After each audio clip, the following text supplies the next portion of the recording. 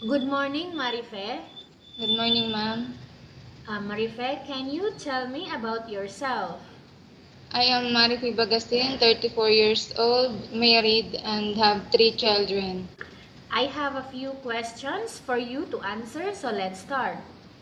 Why do you want to work as a maid? To support my family needs.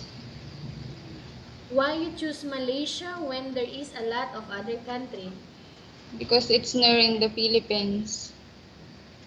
How are you qualified for this job? I am very qualified because I'm trustworthy, hardworking, and have patience. May I know what your educational level is? High school graduate. What is your recent working experience? Service crew. Have you worked abroad before? No, ma'am. Do you have experience of taking care of babies? Yes, ma'am. How about elderly? No, ma'am. Do you have any other special skills? I know how to make shirts You know how to? from sew So, okay. shirts Alright. manual. Are you willing to learn new skills? Yes, ma'am. Are you willing to work with a family where the mother-in-law or any relatives stay together? Yes, ma'am. Currently, are you still working now? No, ma'am.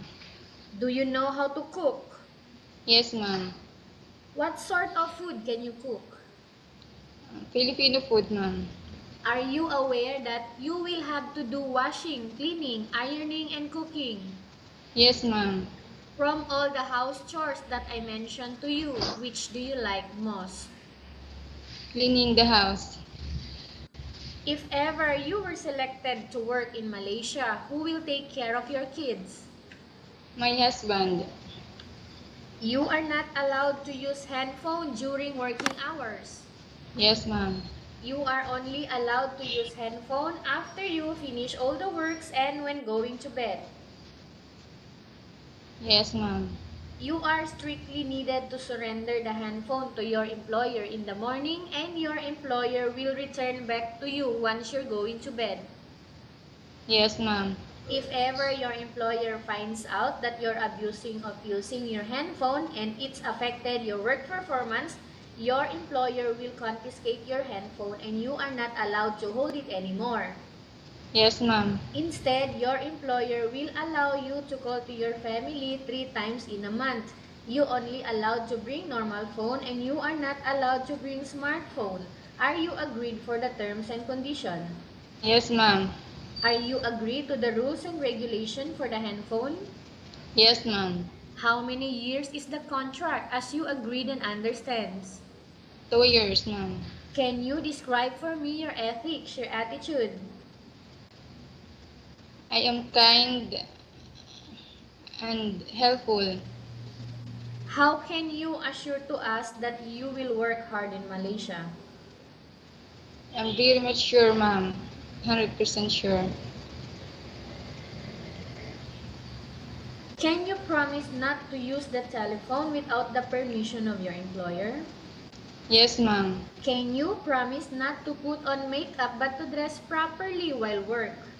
Yes, ma'am. Can you promise not to ask for advance salary from your employer under any circumstances? Yes, ma'am. Do you really understand of the rules and regulation of the agency? Yes, ma'am. Do you pay any placement fee for you to come to Malaysia to work as a maid? No, ma'am. Do you have any history of sickness, breast cancer, or any other illness? No, ma'am. Do you suffer from any skin diseases, allergy, or physical defect? No, ma'am. Have you suffered from any serious illness? No, ma'am. Do you smoke? No, ma'am. Have you undergone any operation? No, ma'am. Are you medically fit or are you fit to work? Yes, ma'am. Are you in any medication right now? No, ma'am. Are you allergic with any food? No, ma'am. Are you preferred to work for the employer of any race? Yes, ma'am.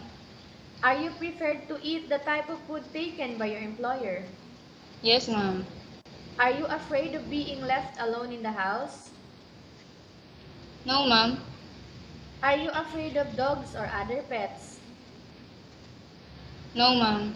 Can you promise to work according to instruction from your employer? Yes, ma'am. Do you have any immediate family working in Malaysia? No, ma'am. Okay, Marife, we have finished our question section. Let's go to case study. I have a case study for you and I want you to answer me truthfully. Yes, ma'am. Okay, upon arrival in Malaysia, within like 6 months only, you are staying here.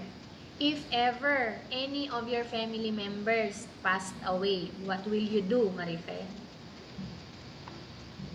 I'm staying in Malaysia. I will send them money. You will just send money to your family. Family, yes, ma'am. Okay. Again, Marife, tell us about yourself and why do you want to work in Malaysia as domestic helper? I am marife bagasin. I want to work in Malaysia to support my family needs, especially the education for my children. And I choose Malaysia because it's near in the Philippines. Okay. What do you want to tell to your employer who are watching your video right now? Hi, ma'am. I am marife. I will do my best to do my work well. Anything else you want to say to your employer? I am hardworking and have patience. Okay, thank you very much, Marife. We will update to your agency if there is any selection made by the employer. Yes, ma'am.